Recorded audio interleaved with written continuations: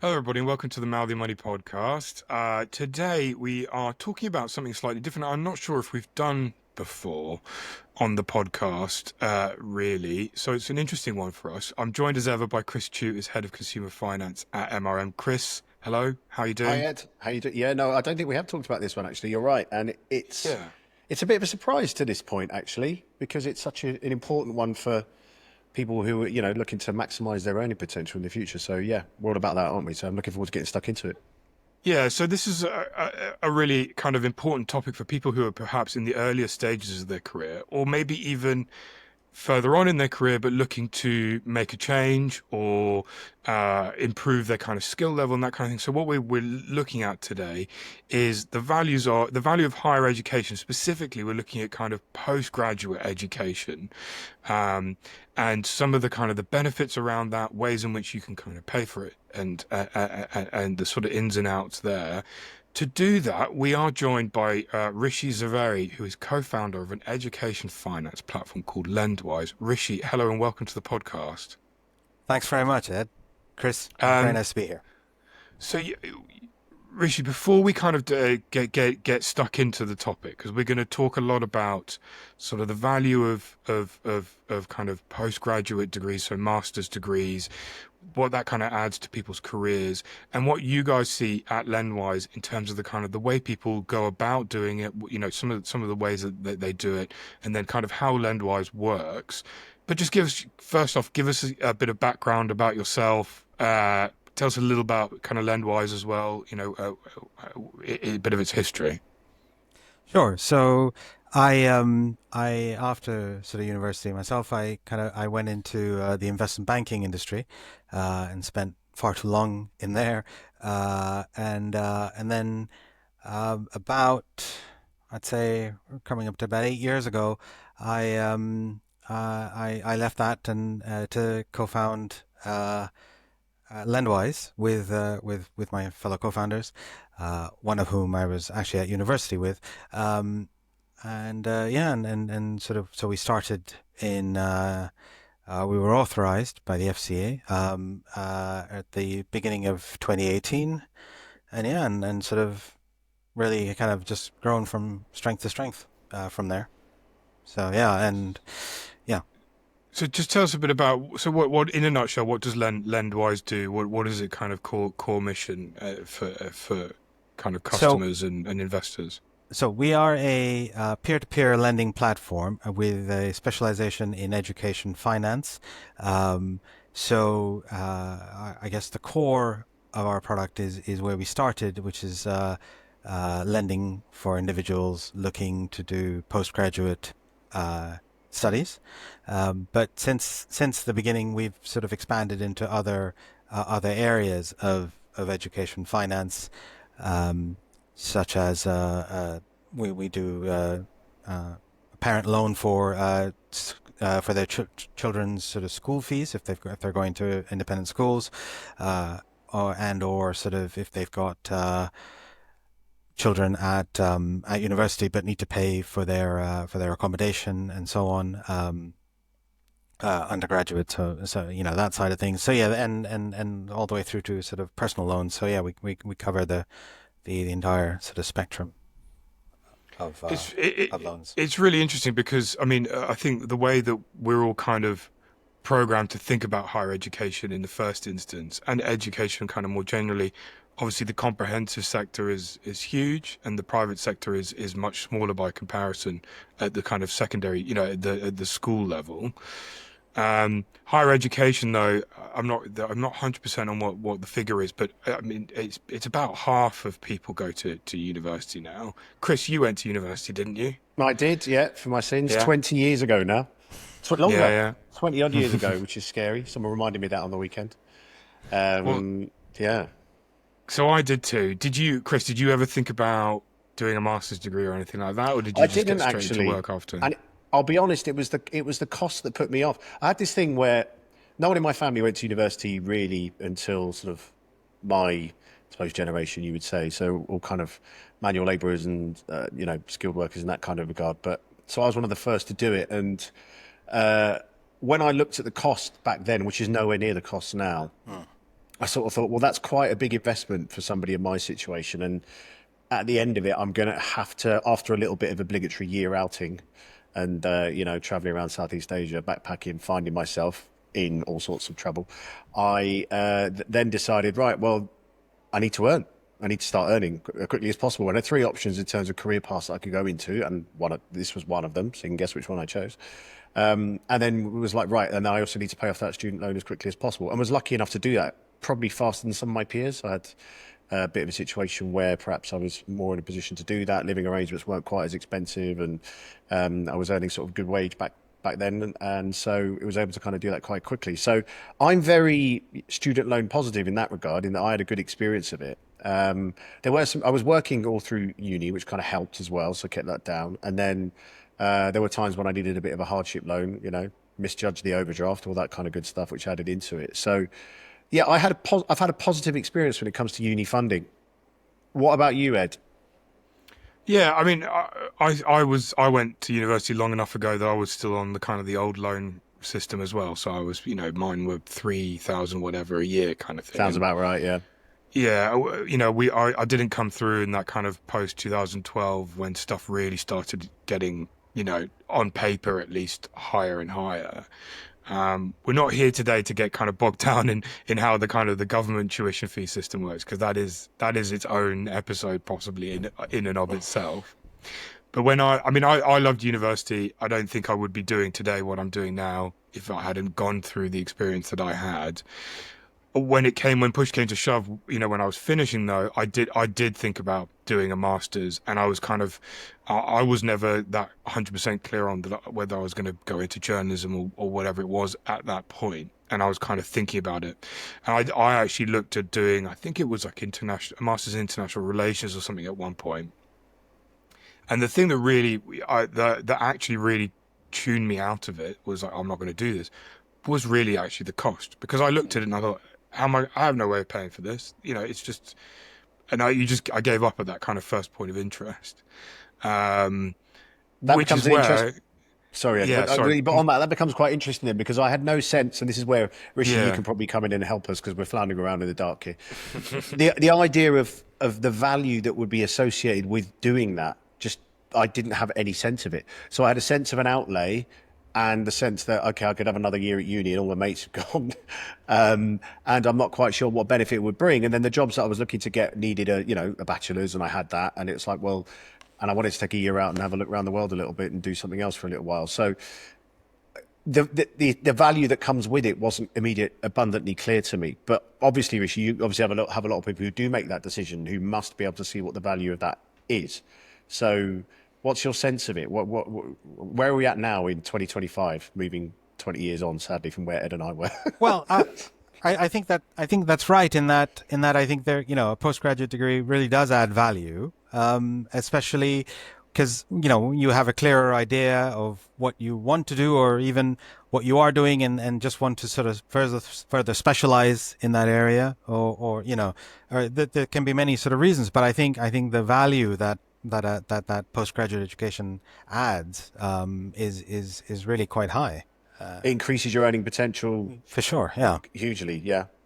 I suppose it's just having, and that's where someone like you guys come in with the ability to kind of help people get over that hump, I suppose, and then open up more doors for them. Is that the? Yeah, very much so. That is, the reason, or kind of, one of our sort of the pillars of why we exist is to say, well, kind of sometimes, as you sort of pointed out in your sort of experience as well, but the cost of pursuing that education can be a barrier or a blocker to actually getting that. So what we want to try and do is remove that with sort of an easy to sort of understand and operate loan, right? So yeah, that is what we aim to do. So how does the process work for somebody who's kind of looking at looking at higher education and taking out a loan? What do they go through with Lendwise in order to kind of get to that point where they've got it and they can kind of fund it? What do you guys kind of have like a screening process, or how does it work exactly? So I think once an individual has sort of thought about studying for a master's degree, and and in a way, I mean, I say ideally been accepted, but kind of once there's that sort of there's a concrete idea of where the individual will be. I say going because obviously postgraduate degree doesn't necessarily have to be where you are. It's where you want to study, and so I think we say once they're at that stage, because they have a clearer idea of the cost of it, they just go on to lendwise.com and apply, and it really is as simple as that. I mean, kind of the application itself is in sort of 3 steps. Step 1 is sort of personal details. Step 2 is your kind of education history, so where your undergrad was and sort of what you've been doing, working, etc. And step 3 is kind of a budget calculator, which helps you figure out how much you need to borrow. On that, Rishi, what are the typical loan sizes we're looking at to do some kind of a postgraduate qualification at a respected UK institution at the moment? What kind of numbers are we looking at?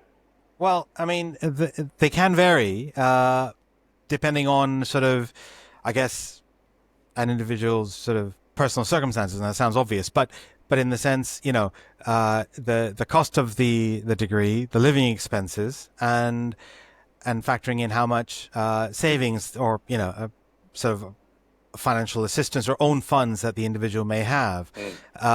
So but to take one extreme, I mean, you've got sort of an MBA course at somewhere like London Business School, which is sort of, I think, about £115,000 just for the tuition, and then you've got 2 years of living expenses to sort of factor on top of that. So that can push up the loan sort of amount that you need to borrow a fair amount, and then obviously against that you've got as a home student, you've got the government loan, which is around sort of the 12,000 mark. So taking that into account, I mean, other degrees can be a lot less. So, it really does, it does depend. So that business school example, that would be someone more likely to have already been in their career for a little while, would you say? Is that? Yes, yeah, I think so at least they'll have a good layer of earnings behind them, you'd like to think, and maybe a bit more kind of, financially secure. I don't know, it's a massive generalization, I appreciate, but that's sort of typically what you're looking at, right? Somebody who's looking to yes, boost their earnings rather than start from scratch, as it were. Correct, but it also then sort of depends where they're coming from and so on, right? So whether they and their own circumstances, right? So ordinarily you might think one person on their own, yes, they might have a bit of savings and so on, but that sort of, I think there's an assumption behind that sort of everything is in one particular direction as opposed to other sort of situations which might mean that they have less, but It's and quite. you see more. Sorry. Oh, sorry. No. I mean, I think if you think about it from like a whole career perspective, I think it's really important as well, right? Because this isn't just about, well, if I do this extra bit, I'll get a better job. If you actually think about, well, that better job over a 30-year, 40-year career could actually make a substantial difference to your life. So going through this process can actually be, not just beneficial in the kind of the immediate, I'm going to get a better pay. It can have profound effect on somebody's, final retirement outcomes in their life, right? It's quite a powerful tool in that sense, isn't it? Yes, no, definitely. And I think one aspect is also the alumni network that you then get from sort of a higher education institution. And just sticking with that example of London Business School, so you have access to their alumni and sort of and everything that can add to you. But equally, if you're going to say INSEAD or whether it's Imperial College or LSE or Oxford, Cambridge, or any of the universities, you get access to sort of a wider network that you can then use and build on. Do you with the kind of the loans that you offer to these students, is there one particular kind of master's degree that really sticks out as you get a lot of those? Is there a big spread in the kind of applications you get, or what's that like? I'd say there's a decent spread, actually. I mean, I'd say MBA degrees, we do a lot of, and that's primarily because they tend to be quite expensive. But yeah, otherwise, I mean, there's a real spread. Yeah.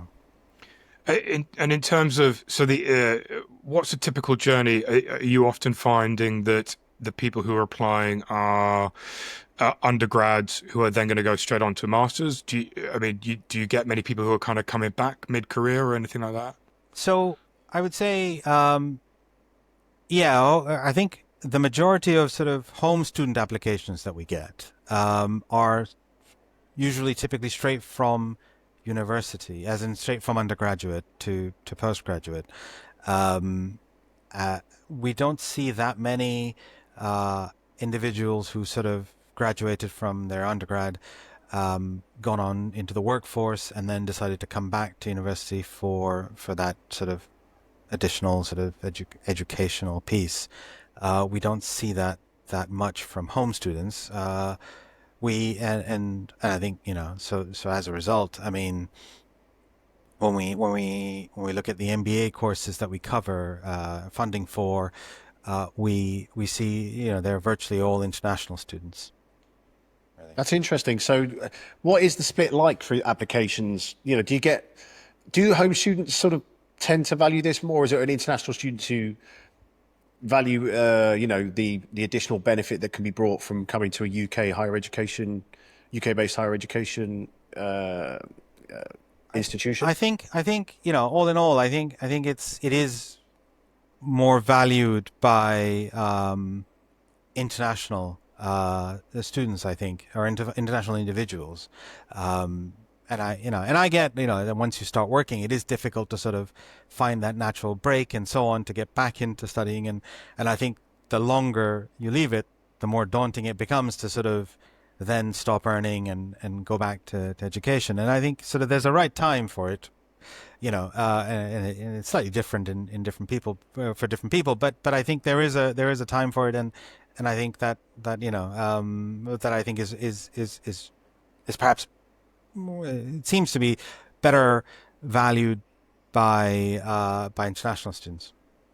It's interesting, isn't it? Because there's kind of when people are already down the path of their career, even if it's only for a few years, the kind of the cost of the implication of being able to kind of sustain yourself for a year while you're doing that. It suddenly becomes because your life has changed beyond when you were an undergraduate. Where, I mean, if I, as an undergraduate, my costs were pretty low because I didn't have any money anyway, and I didn't have, all sorts of incomings and outgoings like I do today, kind of thing. So it becomes more difficult when you get that little bit older and your life is a little bit more complicated and that kind of thing. Um, are there ways for people out there who want, are there means for those kind of people who need that help with extra costs, or is that part of the big difficulty for them? Well, I think, I think, I think it's fair to say schools are slightly sort of attuned to that because, I mean, there are sort of scholarships and so on that they kind of grant depending on sort of the circumstances, which can sort of lower your overall cost. And then obviously, we lend to against that as well. So we lend for that. So Okay. I think there are ways to do it. Yeah, it's interesting. So on the flip side of it, because obviously you're a kind of an education lender, but you have investors on the other side who are also kind of customers who are benefiting from the process. So just talk us through that a little bit. How does that work So on the other side of it? yes, as I mentioned, we are a peer-to-peer lending platform. So we have borrowers on the one side, but we also have lenders who essentially fund these loans, right? So when someone applies, then that loan gets sort of assessed by the team here, and then it gets put on the platform once everything is checked and so on.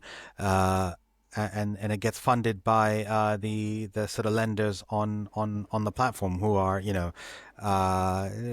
just kind of regular people, such as yourself and myself, and they can invest a minimum of £10 into that loan, or greater amounts. And yeah, and then sort of once the loan amount is reached, and obviously for every loan there's a number that needs to be filled, and that loan is then sort of completed, or that loan then is funded 100%, and then the borrower is sent the loan agreement to sign, and then away they go. Yeah. So what sort of returns would the investor be looking at there, Rishi? I appreciate it might be different for each one, but can you give us a ballpark estimate? Sure. We sort of say, on average, the investor can get up to 9%. So, Okay. and that Quite a depends. bit above base rate at the moment and savings rates, if you needed to. Yes, I mean, Yeah. and I think, yeah, and I think, and the results kind of show. So we have some stats on our website which show you the sort of the returns, and the way the loan portfolio is doing. But yeah, that's kind of it. We also sort of always point out that there is benefit in diversification, right? There isn't sort of there isn't much to be had by sort of, it doesn't matter how much you have, but sort of concentrating those into fewer loans. Just there's just you're introducing greater risk into the aspect, and into the portfolio, as opposed to sort of having a small bit of every loan, or as many loans as you can, because if a loan sort of goes bad, or sort of we class anything past 90 days of its due as a default, then that could happen to any loan. There's no way of knowing in advance which loan that'll happen to. But if that happens, then you'd rather it was a very small part of your portfolio as opposed to a big chunk of it. But generally speaking, defaults would be lower, would you? Well, because I imagine these are professional people who are making decisions that are going to benefit their career, and so they're maybe more motivated to make sure that they meet those repayments. If you see what I mean, it's not the same as a payday loan, without being too No, sure. flippant about that. It seems like these people have thought about it greatly, and have made a decision about future earning power and things like that. So stuff happens. We know that, but would you say that it's generally the risks are kind of well managed in that regard? Yes, I think we do a pretty good job of that on the platform, and I'd say by and large, the defaults we have are, as I say, it's a strict 90-day policy. So sort of once they're past 90 days, they're due, it's marked as a default. But what I would say is, even if someone is unfortunate enough to sort of say lose their job or whatever, it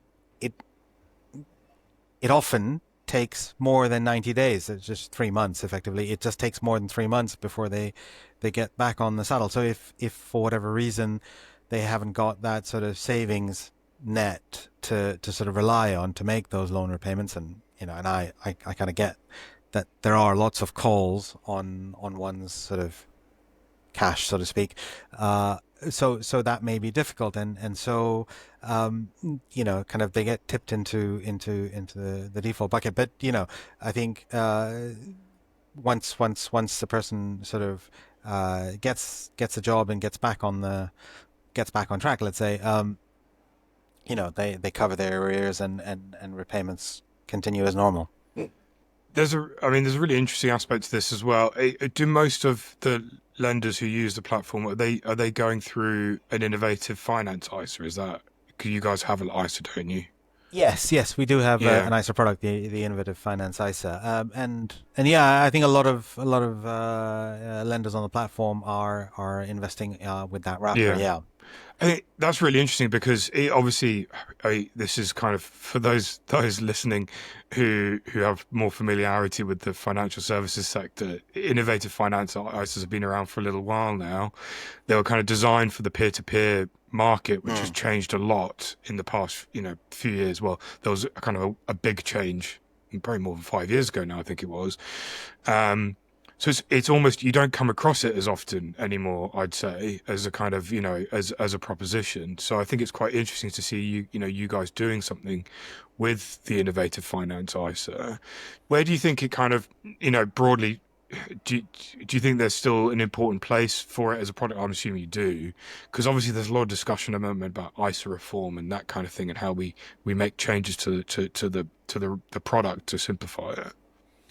Yeah, I mean, I think as a concept, I think it's brilliant. Kind of the ability to put, I think it's 20K, isn't it, the current limit, into a wrapper that is effectively tax free, is I think a great concept. I mean, and having the Innovative Finance ISA within that, I think, yeah, it's a real benefit, for someone who understands the risks, because there are risks.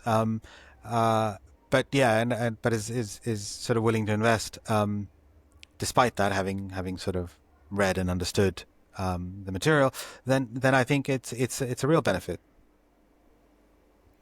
So, for anybody kind of listening today who is thinking about kind of education and their options in that sort of sense, what kind of key thing would you tell them, on that journey, and what should they be thinking about before they kind of take the plunge? Well, I think, definitely kind of have an idea of whether a postgraduate degree, and I think sort of is in that sort of roadmap. And I think there's very few things. I can't think of anything right now off the top of my head that doesn't necessarily have that. But have that specialization, or kind of just that have an idea of where it is on the roadmap, and then sort of, if you need to work towards it, whether it's kind of for building a bit of a savings net or whatever it is. But kind of, if it's in your roadmap, then you can work towards it. And I think that's the most important thing. Is if it's part of something that you want to do, and that's after sort of perhaps even looking into it and sort of understanding the benefits that it can bring, and that might lead to actually where you want to study. But yeah, I think, and then once it's in your roadmap, then you can work towards it. So this is where I shoehorn in a mention of my kids, Rishi, as regular listeners will know. But I've got two junior ISAs for my 4-year-old and my 8-month-old, which thankfully, Ed, as you know, I check it every 12 hours. And has made back some of the losses after the recent, ups and downs, shall we call them, that markets have seen. And it's interesting, this conversation, I've always been thinking about that as an undergraduate conversation. It's like, okay, well, I imagine it will be spent on education, and it will be for an undergraduate degree, and then, over to you girls. If indeed, they're able enough to meet the criteria, pass the exams and do all that kind of good stuff. Now I'm starting to think, do I need to factor in a little bit more of a time horizon? Maybe invest in some loans this side, Rishi, to get some more returns, because that number might move up. I don't know. Ed, how do you feel about it? Are you going to be factoring a MBA into your little boy's future, or are you just going to? I think this is the area where, like, I like to have slightly more challenging opinions in that. Sorry, are you suggesting I'm bland, Ed? No, absolutely not, Chris. I think I think he was, Rishi. You're a big fan of the status quo, and I just like breaking stuff. Okay, go on. I'm listening. No, look, there's a big question out there in the public sphere now about the value of degrees, and are we getting value for money? Are tuition fees at the right levels that they should be? Actually, I think when you look at things like the master's system, where, Rishi, am I right in saying that fees are not capped, right? Universities charge whatever it is they feel is the market value of it, right? Yeah, correct. I think yes. So with graduate undergrad degrees, the fees are capped, and the radical libertarianism is about to come shining through here. Here we go. If you were to uncap it, I think you'd quickly see the degrees that are worth good money will start kind of the market will balance itself out, and you'll end up in a situation where you have a lot less unhappy people who have a large amount of debt and don't feel like they're earning very much on it. There was a report in the FT, I think it was today, talking about the flattening of professional, and this is at an undergraduate level rather than the postgrad level, the flattening of wage earnings. So white collar workers at that kind of first rung of the ladder with undergraduate degrees, a lot of them are not earning much better than living wage now. And part of that comes down to the fact that the differentiations are struggling. Obviously, the living wage has gone up, but the value of those professional first rung on the ladder careers, the income levels that you're getting at that first rung are not actually going up. A lot of people are kind of, they're not, some of the cases not even paying the loan back because they're not meeting the thresholds. So while I'm not saying let's just get rid of the whole system, because I think higher education is massively brilliant, especially I actually think that the loan system as it exists is pretty progressive, because the people who earn a lot of money tend to pay all their loan back. The people who don't earn as much don't have to pay it all back. I think there are open questions about how the system functions and whether whether all, higher education is providing the value for money that, there should be.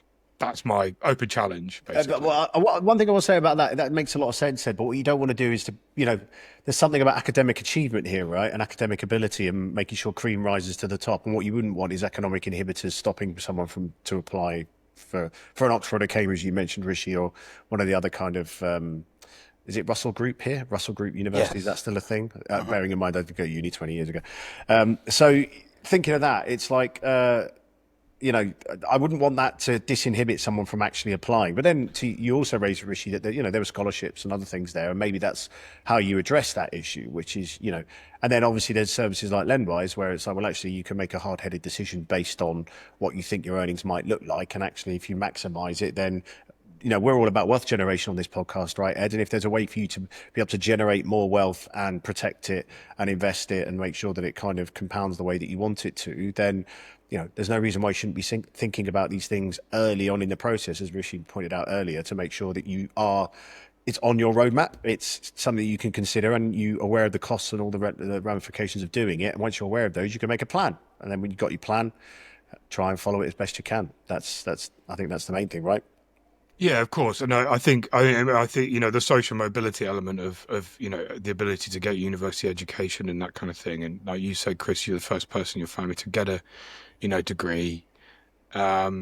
I think that's enormously powerful, and we must absolutely encourage it. Definitely. I don't like it that when I read stories about the government having large amounts of loans on its book that are never getting paid back, basically. Yeah, there has been a degree deflation as well. You can definitely, I think, maybe it's a hangover from the Blair era. I think where, the classic one that you talk about is the David Beckham studies thing, isn't it? It's like, well, what kind of degrees we're creating, and as always, I think there was an element, and we work in it, so we're guilty of it. But a bit of the media, maybe playing that up a bit more, and actually there is, people are still doing accountancy degrees or history or law or things that we need, right? So, or, English, which I would argue you need very, very much, English literature and American literature. So, things like that where, medical degrees, nurses, it provides options and creates that ability for you to be mobile either way. And that's, again, another area where Rishi Lendwise kind of comes in to help, I think, which is, you can make a hard-headed decision about it, and there are funds available if you think you can do it and you want to do it and you feel like it's going to be worth it. And the more options there are,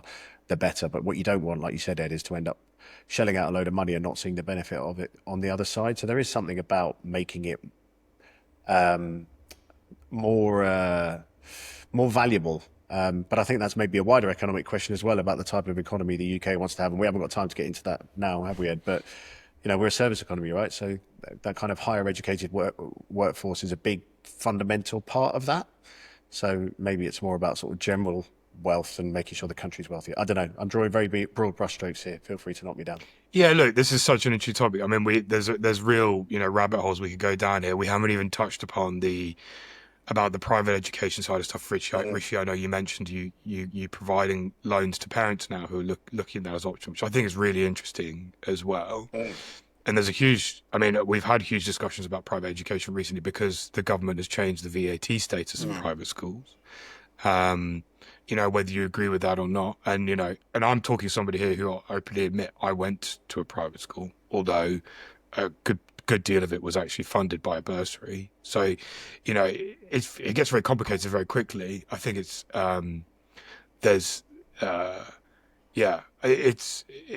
somewhere where I think providing options for your kids for the future. And I think about it for, my son, would I, if given the option to send him to private school, where we live, the state schools are okay. They're not amazing, and the private schools are good. So if I had the opportunity to do that, I probably wouldn't turn it down. And I'm not really ashamed to say it, but that's because I went to a private school. So I don't really have any, I don't want to call it a hang up. That's probably unfair, but I don't think you need to be ashamed, Ed. Put it that way. I wouldn't go that far. As someone who went to a comprehensive, I'm not going to be, stand outside your house with a pitchchfork and, it's fine. You never know. You never know. I went to a good comp, so that's good. Yeah. Look, I mean, education is and I think the underlying point here that I'm trying to get across, because I'm waffling a little bit at this point, is that education is so important. And getting a good education makes such a difference to your life. And I feel like I've benefited from having a good education. Chris, I'm sure you agree. Rishi, yes, 100% as well. It's so powerful. So actually taking that chance to do something like that can actually be a really, really, it can be a really good choice. It can be a really good thing to do. And if you're going to invest in something by yourself, by taking out a loan to fund it or whatever, I think it's a pretty good way to do it. I think people have got to be really rational consumers, discerning consumers about it these days. I think that's fair, definitely. Yeah. Right, well, I think we're in danger of getting into going rabbit hole to rabbit hole here. But Rishi, it's really, really, I think, a really fascinating subject. Thank you for enlightening us a bit more on it. Pleasure.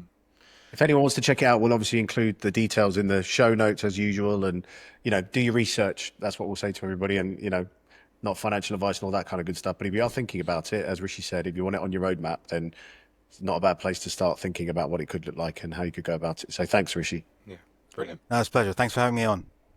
And thank you, Chris, as ever, for being my foil. My pleasure. And thank you, everybody, for tuning in. As ever, lots of good stuff coming up. So please do give us a like and subscribe and follow for more. And we'll see you again soon. And with that, thank you and goodbye. Thank you for tuning into the Mouthy Money podcast. Don't forget to hit like and subscribe on all our content. Follow us for more on your preferred podcasting channel, including Spotify, YouTube, or Apple Podcasts. Stay in touch by following our social channels on Instagram, TikTok, and LinkedIn. And don't forget to subscribe to the Mouthy Money newsletter on mouthymoney.co.uk. The Mouthy Money podcast is produced for general informational purposes only. It should not be construed as investment, legal, tax, or other forms of financial advice. If in any doubt about the themes expressed, consider consulting with a regulated financial professional for your own personal situation. Past performance is no guarantee of future results. Investments can go down as well as up, and you may get back less than you started with. Never invest more than you can afford to lose. For more information, visit fca.org.uk/investsmart for more. Thank you.